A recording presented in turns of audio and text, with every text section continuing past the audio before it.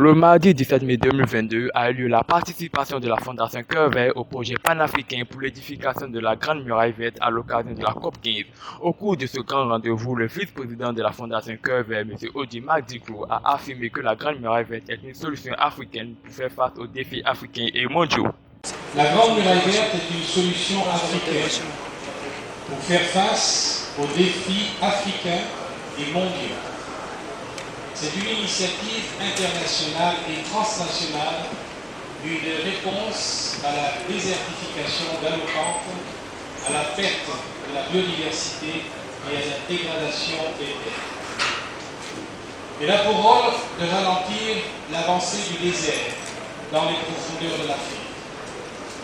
Le monde commettrait une grave erreur, une erreur fatale, en laissant s'accentuer la dégradation du climat dans cette zone.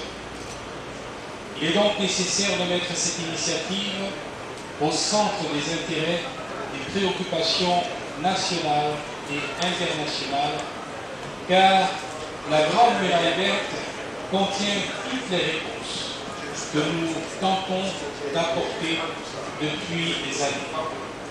Après son intervention, plusieurs personnalités sont intervenues, parmi lesquelles la représentante du ministère des Eaux et Forêts, Mme Christiane Onzan, et le représentant de l'université Félix Houphouët-Boigny. Bonjour madame, s'il vous plaît. Je suis Madame Onzan Christiane, lieutenant-colonel des Eaux et Forêts, directrice des études de la planification et de l'évaluation du ministère des Eaux et Forêts.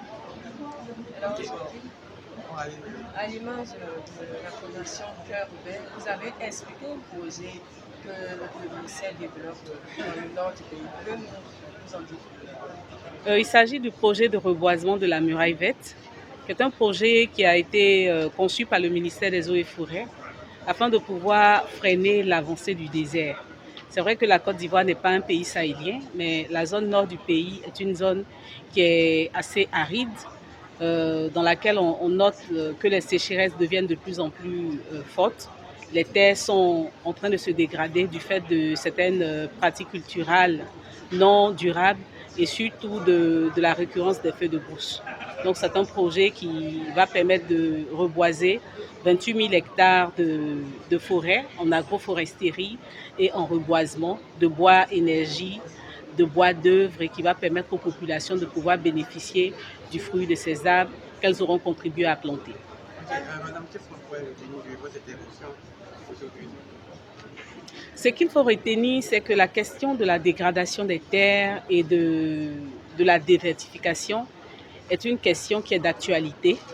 Aucun pays n'est en marge et donc il faut que tous les pays puissent contribuer à ce que l'effort pour réduire l'avancée du désert soit un effort qui est porté par tous.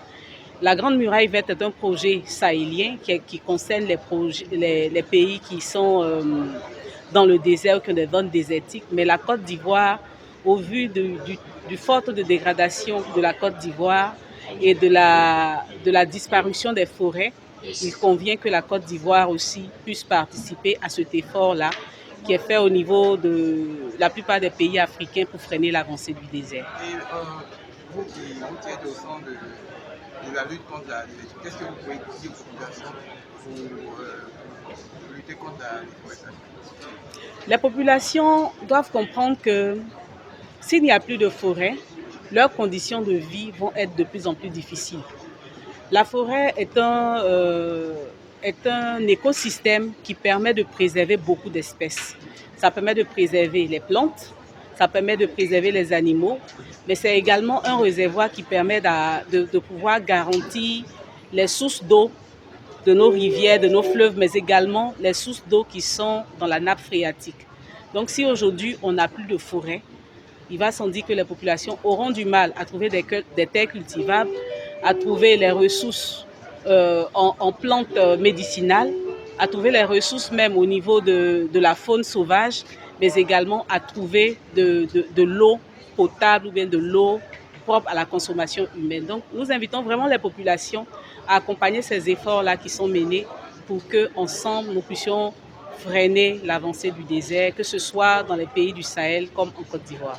Quelles sont les actions que les populations doivent pouvoir poser pour justement vous aider à à lutter contre la désertification? D'abord, la première chose, c'est qu'aujourd'hui, on ne veut pas, on peut faire les reboisements sur des terres qui appartiennent à l'État, comme les forêts classées, mais l'idée, c'est de faire des reboisements sur des terres qui appartiennent aux populations. Donc, que les populations comprennent la nécessité de pouvoir faire des reboisements sur leurs terres. Donc, au lieu de faire que des cultures agricoles pour la nourriture, pour manger, il faudrait que les populations puissent intégrer le fait de pouvoir associer des arbres à leur culture. Donc ça, c'est la première chose. Il faut que la population accepte ce fait-là aussi de planter les arbres, mais également de les entretenir. Parce que comme on l'a expliqué, au niveau de la Côte d'Ivoire, la législation actuelle fait que l'arbre appartient à celui qui est propriétaire de la terre. Et donc, il faut que le propriétaire de cet arbre-là puisse s'en occuper jusqu'à ce que l'arbre arrive à maturité. Ok, qu'est-ce que justifie votre présence à la COP? Eh bien, tout simplement parce que nous sommes en relation étroite avec le ministère des Eaux et Forêts de Côte d'Ivoire. Nous avons aussi des partenariats avec l'agence de la Grande Muraille Verte au Sénégal. Et c'est pour exposer le travail qui a été fait par nos jeunes pendant environ 14 ans et pour que cela puisse aussi être une source d'inspiration pour d'autres groupes de jeunes qui voudraient œuvrer dans le cadre de la Grande Muraille Verte. Ok, dans la Grande Muraille Verte, quelles sont les actions réelles que vous posez pour la lutte contre la désertification? L'action principale de la Fondation Cœur Vert, c'est de contribuer au planting dans les zones qui ont été attribuées par l'agence de la Grande Muraille et essayer de reverdir au mieux ces espaces afin que la biodiversité puisse renaître et que la végétation aussi puisse reprendre ses droits dans cet espace.